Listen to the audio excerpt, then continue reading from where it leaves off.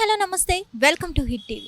గత కొద్ది రోజులుగా మనం రాజమౌళి ఇష్యూ, అసలు ఈ వార్త అసలు సోషల్ మీడియాలో కానీ ఏ న్యూస్ ఛానల్లో చూసినా సరే ఈ రాజమౌళి గారు మాట్లాడిన మాటలే వైరల్ అవుతూ ఉండడం జరుగుతుంది. ఈ వైరల్ కావడం పక్కన పెడితే ఇతను మాట్లాడిన కొన్ని మాటలు దేవుడికి సంబంధించినవి అయితే మరీ ఎక్కువగా హాట్గా సాగుతున్నట్లు మనకి అర్థమవుతుంది. అతను లాస్ట్ టైం మనం చూసుకున్నట్లయితే ఒక ఈవెంట్లో, మహేష్ బాబు గారి ఈవెంట్లో చూసుకున్నట్లయితే దేవుడి మీద నాకు నమ్మకం లేదు అంటూ హనుమంతుడు నా వెనుకుండి నడిపిస్తారు అన్నట్టు మా నాన్నగారు చెప్పారు, అయినా నాకు నమ్మకం లేదు దేవుడి మీద అని అయితే చెప్పడం జరిగింది. ఇక్కడ మొత్తానికి చూసుకున్నట్లయితే ఇప్పుడు ఇదే అతను ఏం మాట్లాడినా సరే రామాయణం, మహాభారతం అంటే నాకు చాలా చాలా ఇష్టం అని చెప్పడం కూడా జరిగింది. కానీ మన సోషల్ మీడియా వాళ్ళకి కావాల్సింది కేవలం నెగిటివిటీనే కాబట్టి కేవలం అతను రామాయణం అన్నా, మహాభారతం అన్నా, మహా ఇష్టం అన్నది తీసేసి కేవలం నాకు దేవుడి మీద నమ్మకం లేదు అన్నదే వీళ్ళు క్యాప్చర్ చేసి మరి సోషల్ మీడియాలో ఇంత వైరల్ చేయడం జరుగుతుంది. మనం చూసుకున్నట్లయితే రాజమౌళి గారు మనకి ఎంత పెద్ద హిట్స్ అందించారో మనకి తెలిసిందే. రాజమౌళి గారు అంటే ప్రతి సినిమా హిట్టే వస్తుంది, ఒక టైటిల్ మనకి ఏదో ఒకటి నేర్పిస్తూనే ఉంటుంది అని అయితే మనకి తెలిసిందే.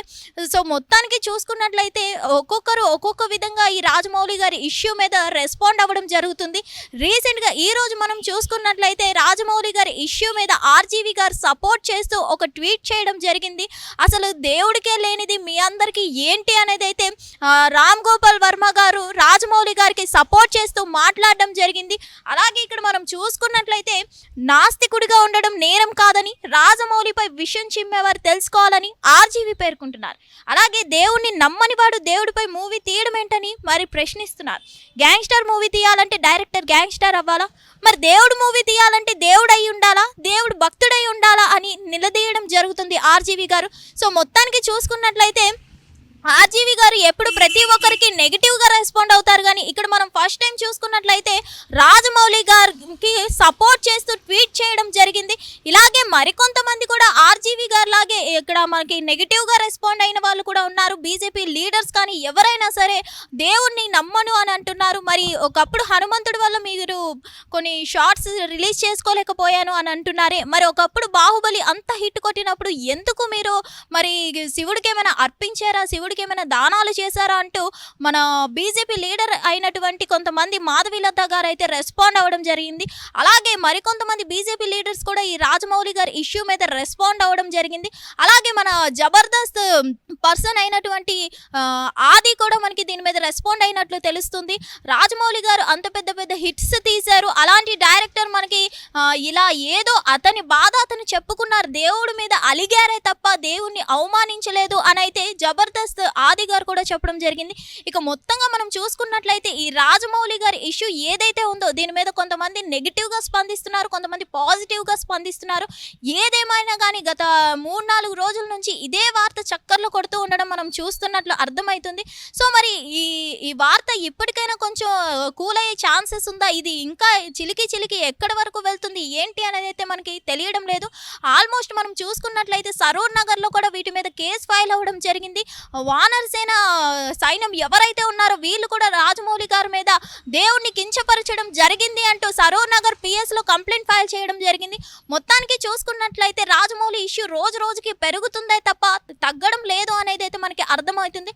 సో మొత్తానికి ఒక్కొక్కరు ఒక్కొక్క విధంగా రెస్పాండ్ అవ్వడం జరుగుతుంది. మన ఆది చెప్పినట్టుగా జబర్దస్త్ ఆది గారు చెప్పిన విధంగా మనకి తెలుస్తుంది ఏంటంటే జస్ట్ అతను దేవుడి మీద అలిగారు, అంతేగాని అవమానించలేదు. బట్ ఏదేమైనా కానీ అసలు అతని బాధని అతను వెల్లడించుకున్నారు అంతే తప్ప అసలు దేవుడి మీద నెగిటివ్గా అక్కడ ఎక్కడా చెప్పలేదు అనేది అయితే మనకు అర్థమవుతుంది.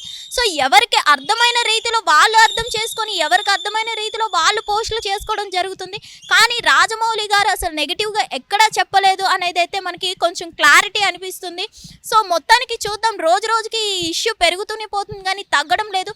సో మళ్ళీ ఈ ఇష్యూ ఇంకా రేగే ఛాన్సెస్ ఉన్నాయా లేకపోతే ఏంటి అనేది అయితే మనకి తెలియదు. సో మొత్తానికి ఈ రాజమౌళి గారి ఇష్యూ మీద మీరేమనుకుంటున్నారు, మీ ఒపీనియన్ ఏంటి అనేది ఈ వీడియో కింద మీరు కామెంట్ చేయండి. వార్తలను కూడా ఫ్రీగా చూడొచ్చు.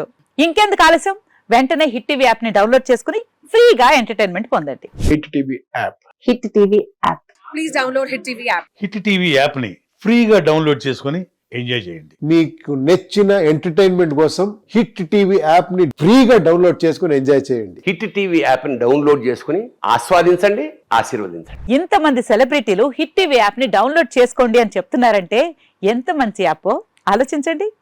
అమెరికా అమెరికా అమెరికా అమెరికాలో చదవాలనుకునే వాళ్ళకి విశ్వసనీయమైన పేరు మన శౌర్య కన్సల్టెన్సీ. UK లో 1 year masters. UK లో 1 year masters. 2 years work permit up to 5 years visa. Contact Saurya Consultancy.